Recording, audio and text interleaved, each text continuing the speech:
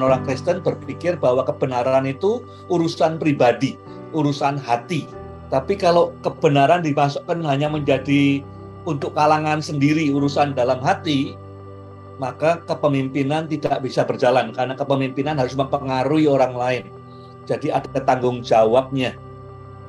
Kalau orang benar beruntung, seluruh kota beria-ria. Jadi artinya apa yang menimpa orang benar membuat semua kota bersukacita. Kenapa? Ya karena hidupnya orang benar ini memberkati semua kota. Jadi kepemimpinan itu membutuhkan kebenaran plus tanggung jawab. Tanggung jawab pribadi, tanggung jawab moral, dan tanggung jawab kolektif. Masyarakat sekitar kita jadi busuk atau jadi wangi bergantung kepada iman kita, ya, tergantung pada doa kita, bergantung pada influence kita.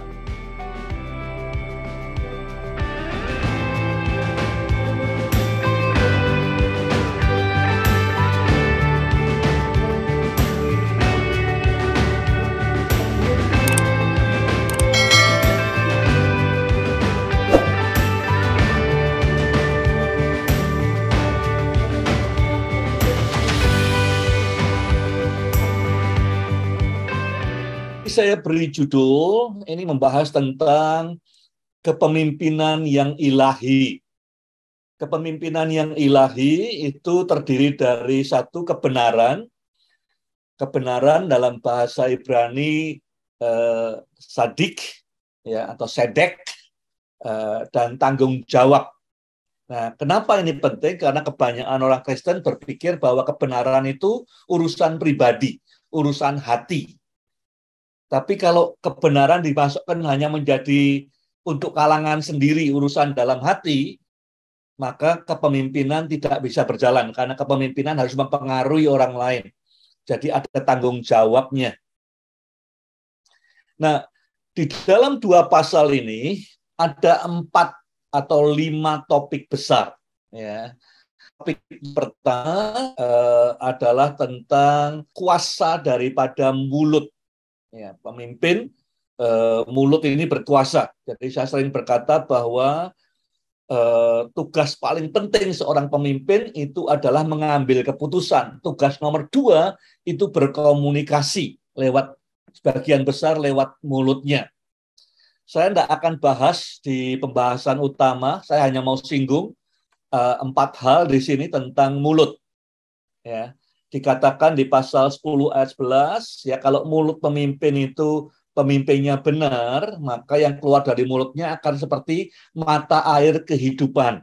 Ya. Yang keluar menghidupkan orang di sekitarnya. Pemimpinnya bukan pemimpin benar, yang keluar mematikan semangat orang, mematikan rohaninya orang, mematikan keberaniannya orang, dan segala macam.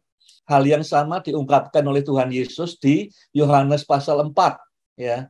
Kalau kita menerima Yesus, kita itu pembicaraan Yesus dengan perempuan Samaria, akan air yang kita minum dari Tuhan Yesus akan menjadi mata air keluar dari hidup kita, menghidupkan orang di sekitar kita. Yohanes 7 pasal 7 ayat 37 dan seterusnya, Yesus berkata, barang siapa percaya kepadaku, dari dalam hidupnya mengalir aliran-aliran air hidup. Saya kira Yesus paham, ya, dengan dengan ayat ini, ya, dan senada dia katakan kalau orang percaya Yesus, mulutnya itu menghidupin semangat orang, menghidupin keberaniannya orang, menghidupkan rohaninya orang, dan segala macam. Tetapi ya dikatakan di pasal 10 ayat 14, kalau hati pemimpinnya itu tidak baik, tidak benar hidupnya, yang keluar bisa menghancurkan hidup banyak orang. Ya. Lidah itu tidak bertulang, tapi bisa merobohkan, menjatuhkan raja-raja, menjatuhkan kerajaan, menjatuhkan semangat orang, dignitas orang, dan segala macam. Dikatakan pasal 10 ayat 21, lidah orang yang benar itu nourish, memberi makan banyak orang. Ya, nourish itu memberi makan, memberi supply yang diperlukan orang banyak. Tetapi juga bisa kalau kita hatinya busuk, ya tidak benar hidupnya, bisa juga menghancurkan orang di sekitar kita di pasal 11 ayat yang ke-9. Itu soal lidah, ya, soal mulut, harus berhati-hati sekali karena apa yang keluar dari sini itu keluarnya dari sini. Kadang-kadang kita ngomongnya manis, ya, kayak orang kayak rendah hati, saya enggak bisa apa-apa, ya. Tapi sesungguhnya yang kita tangkap bukan yang keluar dari mulut. Orang sekitar kita nangkep rohnya dari kata-kata itu. Ini orang tinggi hati, sombong, cuman kata-katanya aja manis, ya, kayak orang rendah hati, saya enggak punya apa-apa, saya enggak pinter. Tapi sesungguhnya yang didengar orang, saya perlu tahu, ya, karena yang keluar dari mulut ini ada spiritnya. Ya, orang nangkepnya bukan kata-kata bahasa Indonesia, bahasa Inggrisnya, tapi roh yang keluar. Jadi kalau kita mau ngomong, hati-hati. Ayat di pasal 11 juga mengatakan bahwa kalau lebih banyak ngomong, bisa lebih banyak dosa. Karena kita seringkali tidak sadar, kita ngomongnya milih bahasanya, kayaknya rendah hati, kayaknya baik kata-katanya. Tapi yang ditangkap orang sekitar kita, yang dengar, itu bukan yang didengar telinga, tapi yang didengar oleh hati. Ini orang sungguhnya betul rendah hati, atau tinggi hati, ya, atau mau nyombongkan diri dan segala macam. Mulut, ya, itu bisa membangun, menghidupkan, tapi juga menghancurkan. Topik yang kedua dari dua pasal ini, ya, sudah bisa lihat ada belasan tentang membahas tentang mulut, ya. Yang kedua dibahas tentang wealth atau kekayaan. Di pasal 10 ayat 2 dikatakan bahwa kekayaan yang didapat dengan curang tidak ada harganya. Ya, ya mungkin bisa buat beli macam-macam, tapi di surga of no value, tidak ada harganya. Ya. Sebaliknya, Salomo mendorong kita kalau mau membangun wealth harus dengan diligence, dengan bekerja keras yang rajin, ya, jangan malas. Kemudian kalau sudah ada kekayaan yang diberikan oleh Tuhan, diberkati Tuhan, ngembangkannya gimana? Lewat generosity. Semakin kita kurung untuk diri kita sendiri, ya, semakin tidak ada harganya. Semakin kita generous. Generous sekali lagi adalah sikap hidup, bukan sekedar perbuatan tangan kita, tapi sikap hidup yang generous, yang ingin menolong orang, yang ingin membangun orang, memberkati orang lain, ya, karena kasih. Tapi sekali lagi diingatkan oleh Amsal, jangan bersandar pada kekayaanmu, jangan bersandar kepada harta milikmu. Pasal 11 ayat 28, karena kamu akan jatuh kalau berbuat demikian. Topik yang ketiga dan keempat ini seperti koin bolak-balik, ya, tentang kata Ibrani sadik, artinya kebenaran, atau saudara ingat Melkisedek. Melki itu melek, raja, sedek dari sadik artinya kebenaran. Ya. Topik ketiga dan keempat akan saya bahas panjang lebar malam ini, ya, tentang kebenaran dan kepemimpinan, dan tentang kepemimpinan yang adil dan tidak berpihak. Ya. Nah, kata yang menggambarkan dua ini adalah kata Ibrani sadik. Ya. Tadi saya katakan sadik itu dipakai di Melkisedek. Melki itu dari kata melek, raja, sedek dari kata sadik, kebenaran.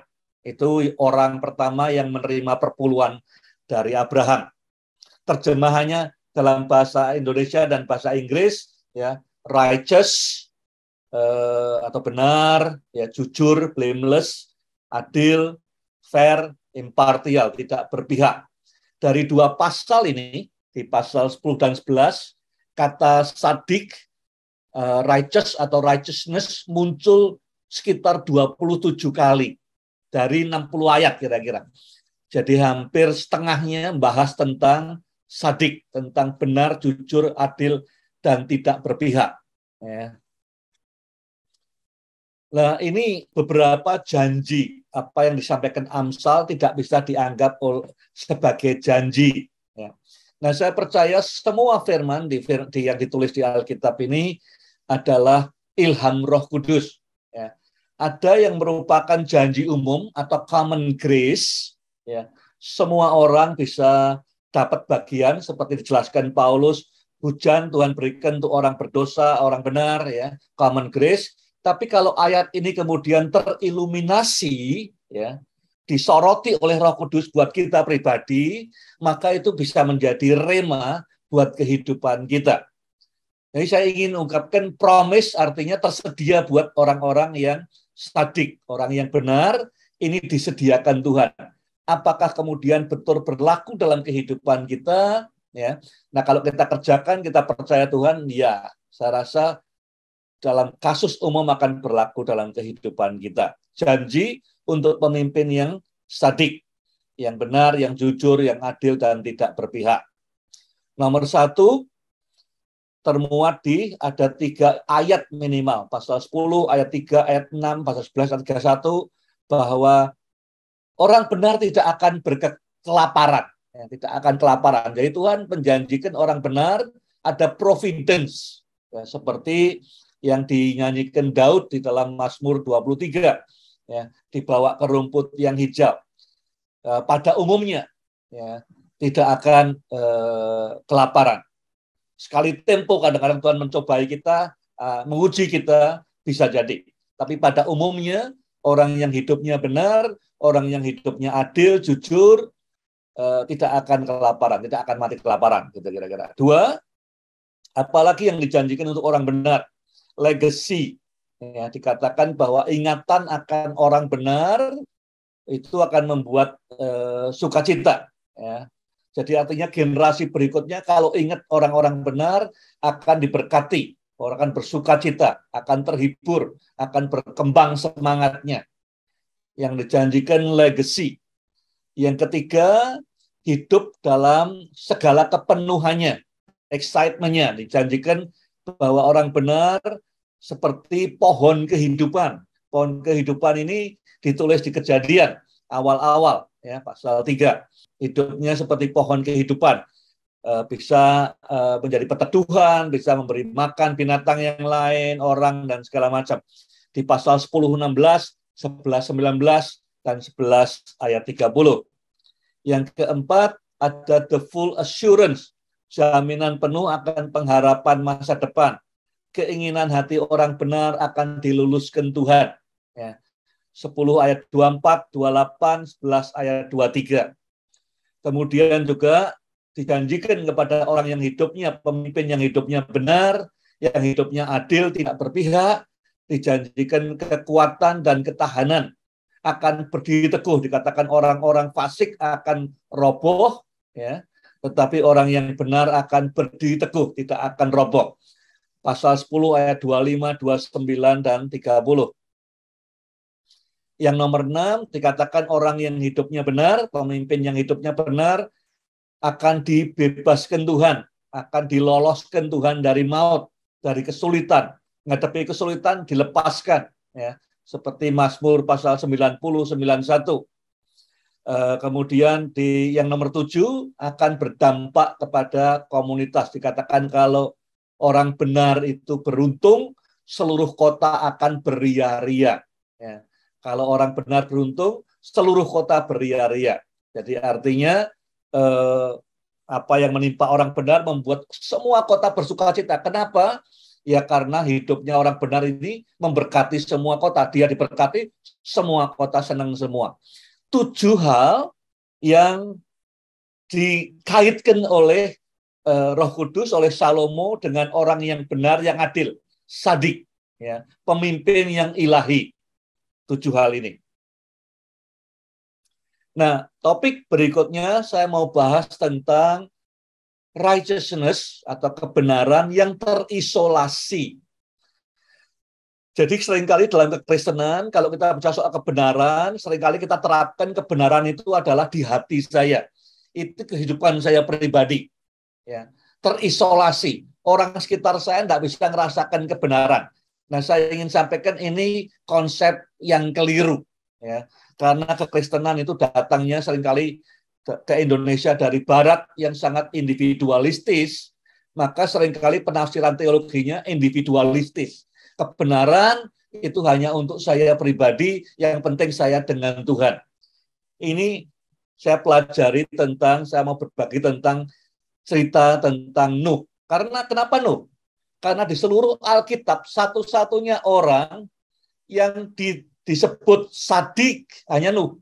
Di seluruh Alkitab, di seluruh manusia, ya kecuali Tuhan Yesus, dia bukan manusia saja, dia Allah juga. Tapi seluruh umat manusia yang tercatat di firman Tuhan, satu-satunya yang disebut dia adalah sadik, orang benar, hanya Nuh. Ya. Yang dekat dengan itu ya, adalah Ayub, dikatakan dia tidak bercacat, tapi tidak dikatakan dia sadik seperti Nuh. Kenapa ini penting? Ya, tadi saya ambil dari pasal 11 ayat 10 di Amsal, pemimpin yang benar. Bila orang benar mujur, kota beria-ria. Artinya, ya, orang benar itu punya dampak ke seluruh kota. Benarnya itu bukan soal urusan imannya dengan Tuhan saja, tapi seluruh kota merasakan, sehingga waktu dia menerima berkat, semua bersuka cita. Ya, tidak iri, semua bersuka cita. Nuh ini berbeda, dikatakan di Kejadian 6 ayat 9, di antara semua orang yang hidup masa itu, generasi itu, hanya Nuh saja yang hidupnya benar, yang sadik di hadapan Tuhan. Nuh berjalan bersama Tuhan. Jadi Nuh hidupnya ratusan tahun, tapi tidak ada pengaruhnya. Ratusan tahun dia hidup, ya, hanya dia seorang diri yang sadik. Kan masalah. Kalau dia betul-betul seorang pemimpin, ya, harusnya pemimpin itu definisinya yang paling sederhana adalah pengaruh. Nuh tidak ada pengaruhnya sama sekali. Sekian ratus hidup di dunia ini, tidak ada orang lain di luar keluarganya yang jadi benar.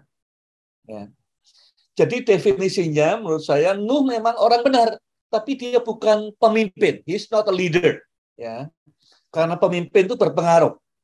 Sama sekali kita tidak lihat ada pengaruh dari kebenarannya dia itu. Ya. Tidak ada pengaruh daripada berjalannya dia dengan Tuhan itu terhadap masyarakat di sekitarnya. Kalau dia cuma hidup beberapa tahun saja, oke. Ini ratusan tahun dia hidup, ya. Dikatakan dia jalan erat dengan Tuhan, dikatakan dia benar, tapi tidak ada pengaruhnya. Tidak ada orang lain di dunia ini sejamannya dia yang terima berkat pengaruh dari kepemimpinannya. Dia benar, tapi dia bukan pemimpin. Pemimpin ilahi tidak cukup dengan benar saja. Yang ketiga, nah kita harus bertanya, kenapa kok sampai begitu? Apa yang menyebabkan Nuh kok sampai tidak punya pengaruh apa-apa? Tidak ada dampak apa-apa. Katanya dia benar, dia jalan bersama Tuhan, tapi tidak ada dampaknya. Kenapa? Dari beberapa orang menduga-duga, ini jadi bahan diskusi. Apakah dia ini orangnya sangat introvert, ya, mau bergaul sama orang, memang wataknya, temperamennya begitu, a loner, ya, nggak punya teman, kemungkinannya satu bisa begitu. Dua, dia acuh tak acuh. Ya, yang penting gua sama Tuhan beres, dia nggak pusing dengan orang-orang di sekitarnya. Atau kemungkinan ketiga, ini strateginya dia tidak ingin dia dan keluarganya terkontaminasi dengan dunia. Nah, kenapa saya sampaikan ini di sini? Saya ingin saudara pun bisa refleksi, introspeksi. Jalan dengan Tuhan, hidup benar, ada dampaknya enggak? Di kantor saudara, di lingkungan saudara, di komunitas, di tetangga saudara, ya, di sekolah saudara, ada dampaknya tidak? Jalannya sudah dengan Tuhan, benernya ada enggak? Kalau enggak ada, atau kecil, dicek. Ya. Bagaimana kita menyembuhkan kalau enggak tahu sebabnya apa? Apakah temperamen kita yang perlu dibuka? Apakah kita ini acuh tak acuh, enggak pusing dengan orang lain? Atau kita defensif, ketakutan. Ya. Yang keempat, kita lihat kalau kebenaran itu tidak menjadi kebenaran seorang pemimpin hanya disimpan sendiri dalam, maka kemenangannya Nuh tidak akan bertahan lama, tidak langgeng. Ya. Jadi Nuh menang, dia selamat, bisa melewati banjir, ya. tapi kemudian ujung hidupnya tidak bagus. Dia disebut dia sebagai the man of God, jadi the man of soil. Ya, dari manusia alam jadi manusia yang ngurus tanah. Dari orang yang benar, yang jujur menjadi orang pemabuk. Ujungnya ceritanya seperti itu. Jadi kalau kebenaran imanmu itu tidak punya pengaruh ke orang lain, tidak sustainable, tidak akan bertahan lama. Ya, seperti Nuh. Nah, kepemimpinan yang gagal, righteousness, kebenaran tanpa tanggung jawab kepada lingkungan kita, maka tidak ada kepemimpinan. Seperti ceritanya Nuh tadi. Dan kita belajar tidak hanya Nuh. Yang pertama menjadi penyebab, kita belajar dari Adam dan Hawa, ya, pada saat dia menolak tanggung jawab pribadi. Jadi dia makan buah, kemudian dikonfront sama Tuhan, dan jawabnya Adam adalah, ini bukan salahku. Jawabannya Hawa apa? Ini bukan salahku. Tidak tanggung jawab. Berbuat tidak tanggung jawab. Tidak bisa jadi pemimpin. Ya. Yang kedua, Kain. Dia berbuat. Dia membunuh adiknya Habel. Dikonfrontasi sama Tuhan, dia bilang, emangnya aku penjaga saudaraku. Jadi dia menolak mengambil tanggung jawab moral. Ya, tadi tanggung jawab pribadi ditolak oleh Adam Hawa, tanggung jawab moral, ya, tidak mau tanggung jawab untuk orang lain, tidak peduli, indifference. Ya, lawan katanya dari kasih itu bukan benci, tetapi acuh tak acuh, tidak posing orang lain, indifference. Itu kayak Kain. Yang ketiga, Nuh. Dia gagal untuk mengambil tanggung jawab kolektif, ya, tanggung jawab bersama. Agama di Perjanjian Lama, agama Yahudi, bahwa negara ini, bangsa Yahudi bisa bertahan karena saling bertanggung jawab. Kalau ada yang lain jatuh, tanggung jawab saya juga. Kalau ada yang lain lemah, tanggung jawab saya juga. Saling tanggung jawab atau collective responsibility. Nuh menolak untuk ambil tanggung jawab kolektif ini. Jadi kepemimpinan itu membutuhkan kebenaran plus tanggung jawab.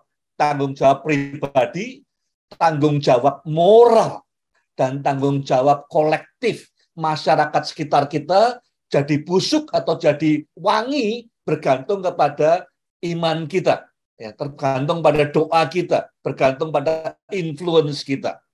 Byron Dorgan berkata, you can delegate otoritas. Otoritas kita bisa didelegasikan sebagai pemimpin. Pemimpin itu kan punya otoritas. Didelegasikan bisa. Tapi tanggung jawab tidak bisa. Ya, tanggung jawab tetap di tangan seorang pemimpin. Jadi, kalau datang jawabnya, maka kebenaran tidak akan langgeng. Ya, seperti ceritanya Nuh tadi. Ini topik berikutnya. Tadi kan satu sisi koin tentang kebenaran. Ya, kebenaran harus tidak boleh terisolasi, tidak boleh terpenjarakan, harus punya pengaruh, ya, ke sekitar kita. Sekarang sisi satunya daripada sadik adalah keadilan, tidak berpihak, fairness. Ya. Kenapa fairness atau adil, tidak berpihak ini penting dalam kepemimpinan?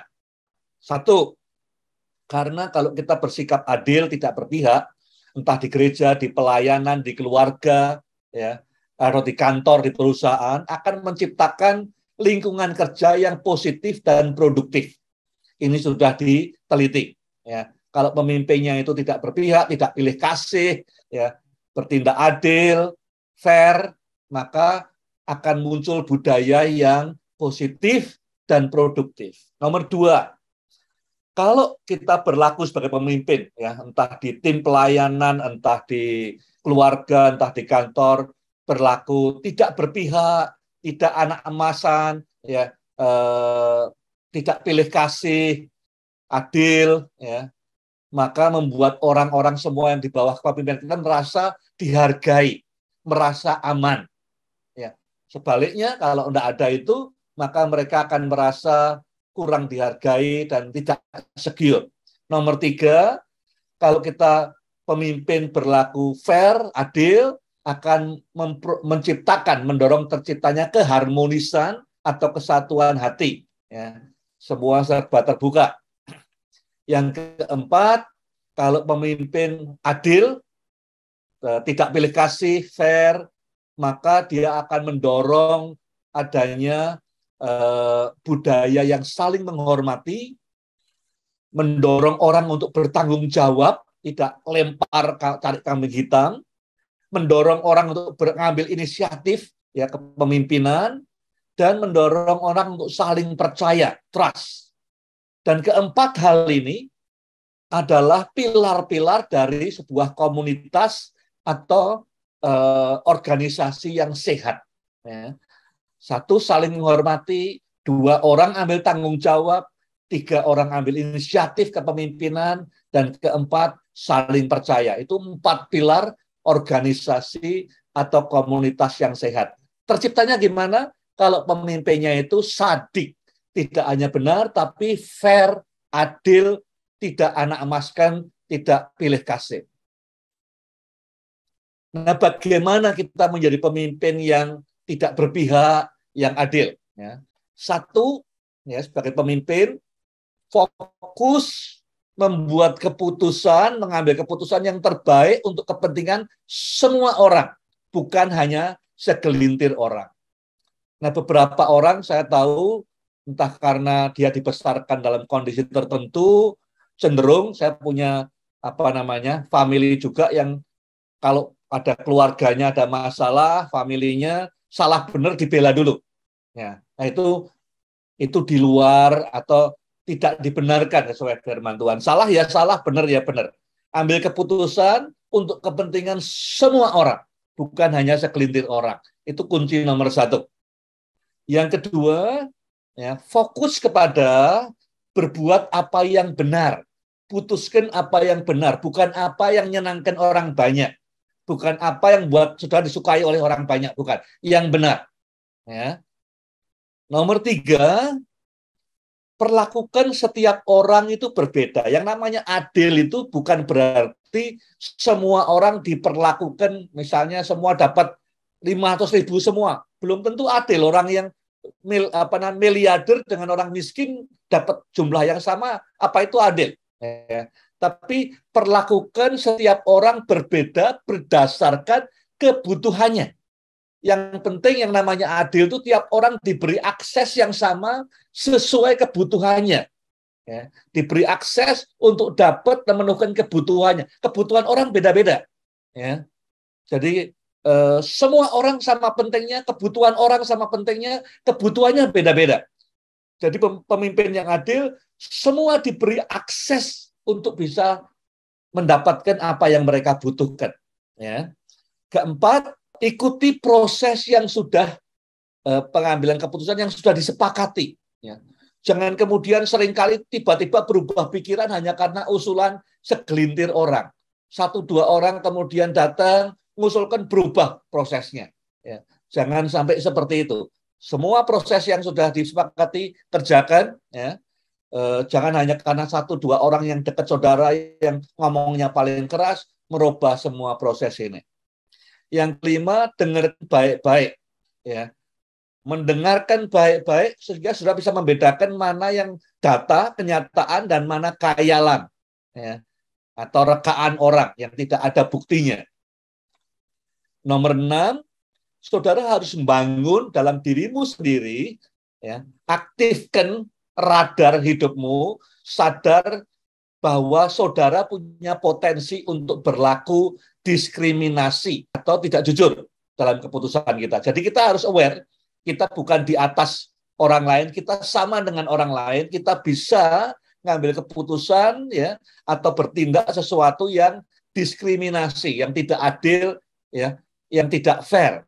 Jadi kita harus selalu bangunkan radar dalam hidup kita. Keputusan yang kita mau ambil harus dipikir, direnungkan baik-baik, ini sudah fair, adil atau tidak. 7, bergerak ke depan, ya setelah mengambil keputusan, bergerak dengan confidence. Tidak usah takut, khawatir apa nanti orang berpikir apa tentang saudara. Sejauh sudah melewati 6 step ini, ya, Nggak usah khawatir orang mau berpikir apa, punya persepsi apa, nggak perlu khawatir, bergerak ke depan karena sudah melewati 6 proses di depan tadi secara seksama. Apakah saudara sekarang ini tahu ada seorang pemimpin, kenal seorang pemimpin, atau pernah dipimpin oleh orang yang tidak berpihak, ya, tidak pilih kasih, adil, fair, sehingga terciptalah tadi budaya perusahaan yang saling percaya, produktif, positif, ya, orang merasa di value, dihargai, dan segala macam tadi. Saudara tahu enggak, ada kenal enggak siapa orang yang hari ini atau masa lalu, ya, pemimpin yang tidak berpihak, objektif, adil, fair, ya, tidak mengistimewakan seseorang. Nah, kalau ada, kira-kira menurut saudara siapa orang itu, terus rahasianya apa? Kok dia bisa memimpin dengan cara demikian? Ya, jadi saya harap pertanyaan sederhana. Ingat-ingat, ada enggak orang yang sudah kenal sekarang atau masa lalu, gambarkan pemimpin yang seperti ini, yang sadik, tidak hanya benar, tapi adil, fair, impartial, ya, tidak berpihak, menganak emaskan, dan segala macam. Ya, kalau ada sebutkan namanya, dan kemudian ceritakan bagaimana sudah melihat itu, rahasianya apa?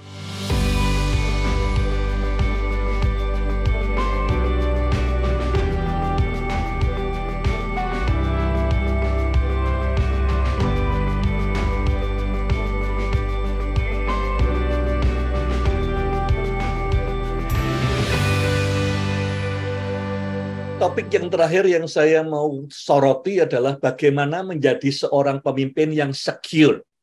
Ya. Dalam studi saya temukan bahwa kalau pemimpin itu tidak secure, ya, merasa tidak aman, maka itu adalah pemimpin ini menjadi racun, toksik untuk organisasi. Ya. Tandanya pemimpin tidak aman itu gimana?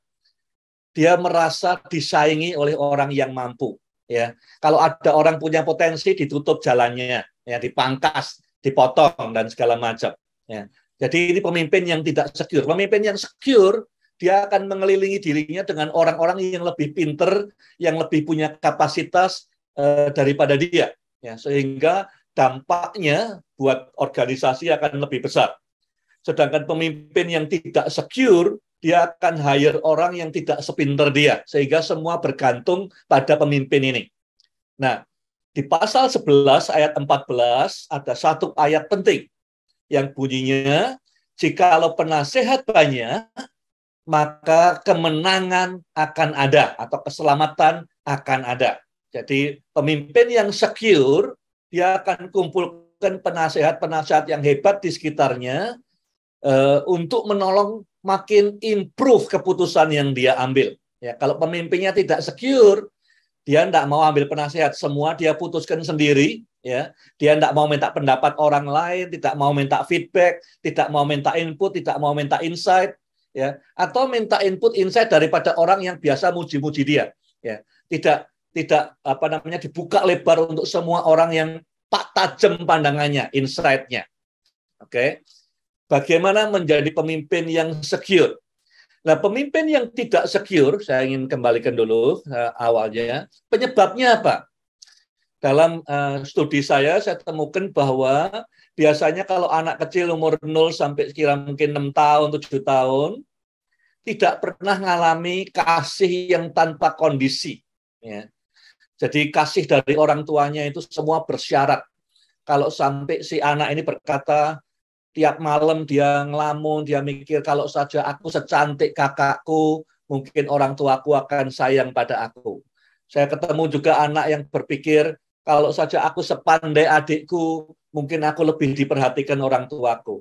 Kalau sampai ada seorang anak yang merasa dia harus berbuat sesuatu untuk dikasihi orang tuanya, untuk mendapatkan kasih yang tanpa syarat, maka kalau dia besar nanti, dia akan menjadi pemimpin yang insecure, merasa tidak aman, khawatir kanan kiri orang akan nyabot kedudukannya dan segala macam. Jadi takut minta nasihat orang-orang yang sesungguhnya bisa menolong dia untuk lebih berdampak. Oke.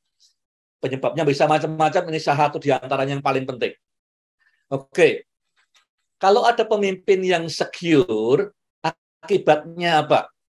Pemimpin yang secure itu selalu mengupayakan untuk membangun budaya yang saling percaya. Pemimpin yang secure, dia percaya penasehat banyak, nasihatnya tidak dicurigai semua, dimata-matai, dikasih CCTV, tapi semua orang-orang yang bisa contribute dimintain nasihat, diminta insight-nya, diminta input-nya.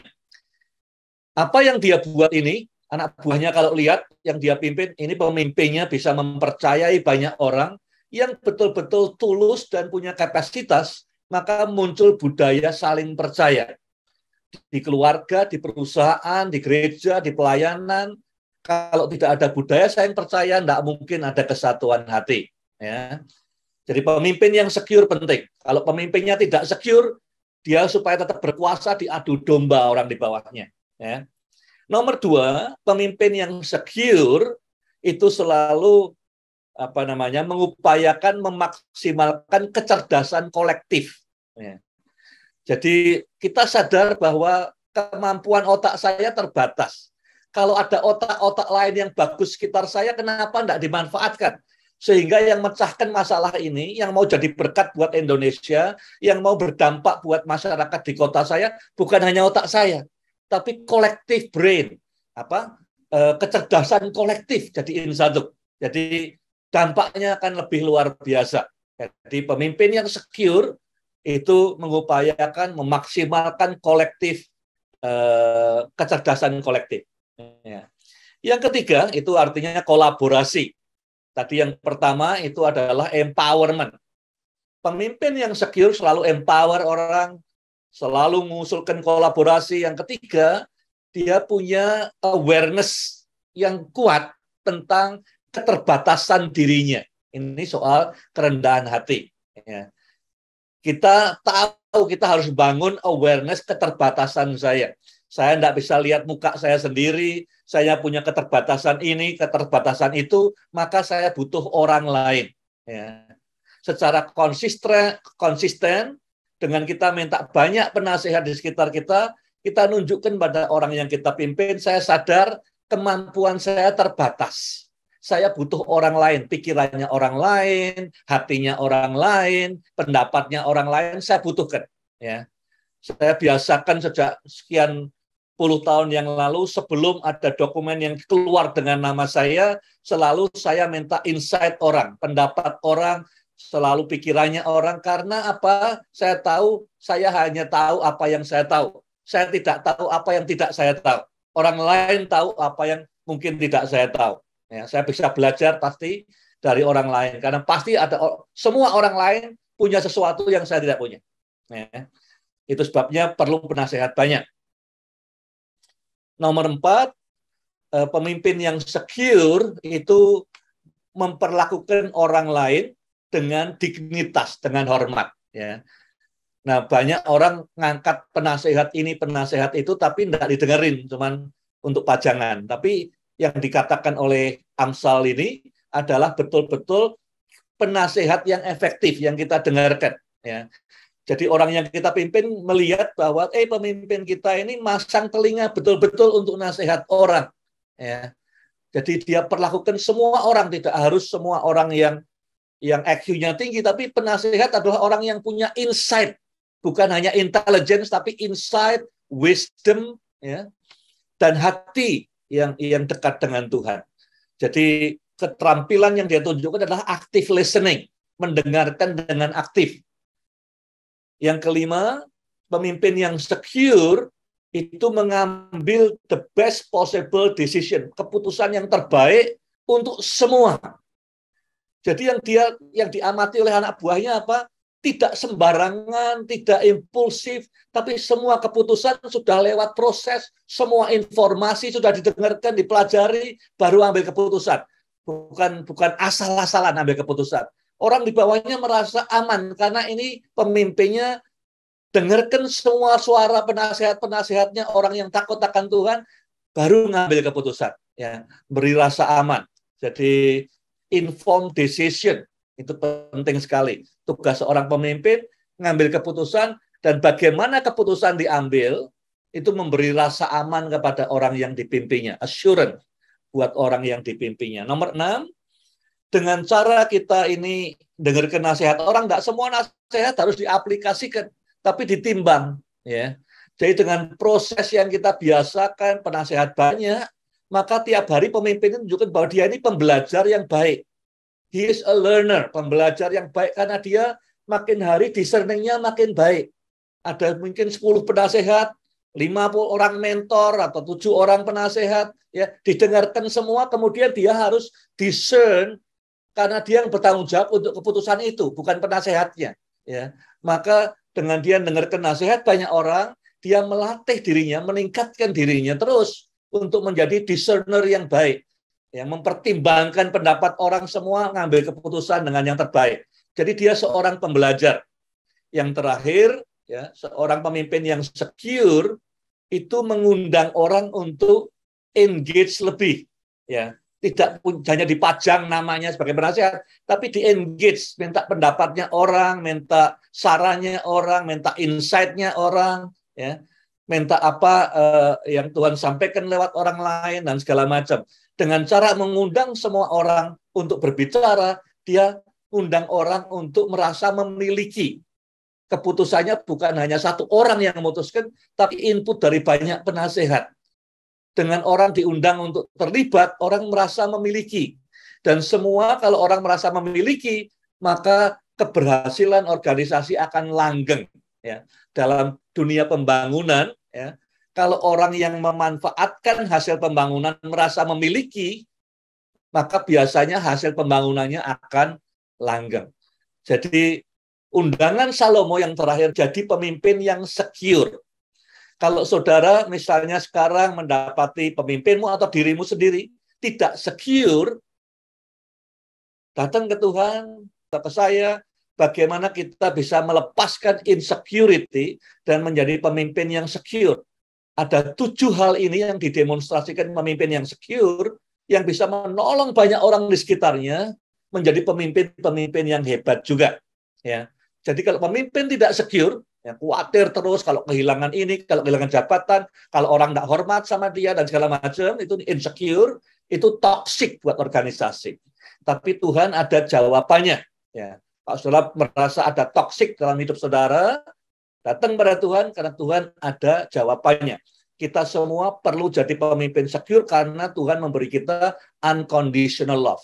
Siapapun kita, apapun kita, Tuhan mengasihi kita tanpa kondisi, tanpa syarat.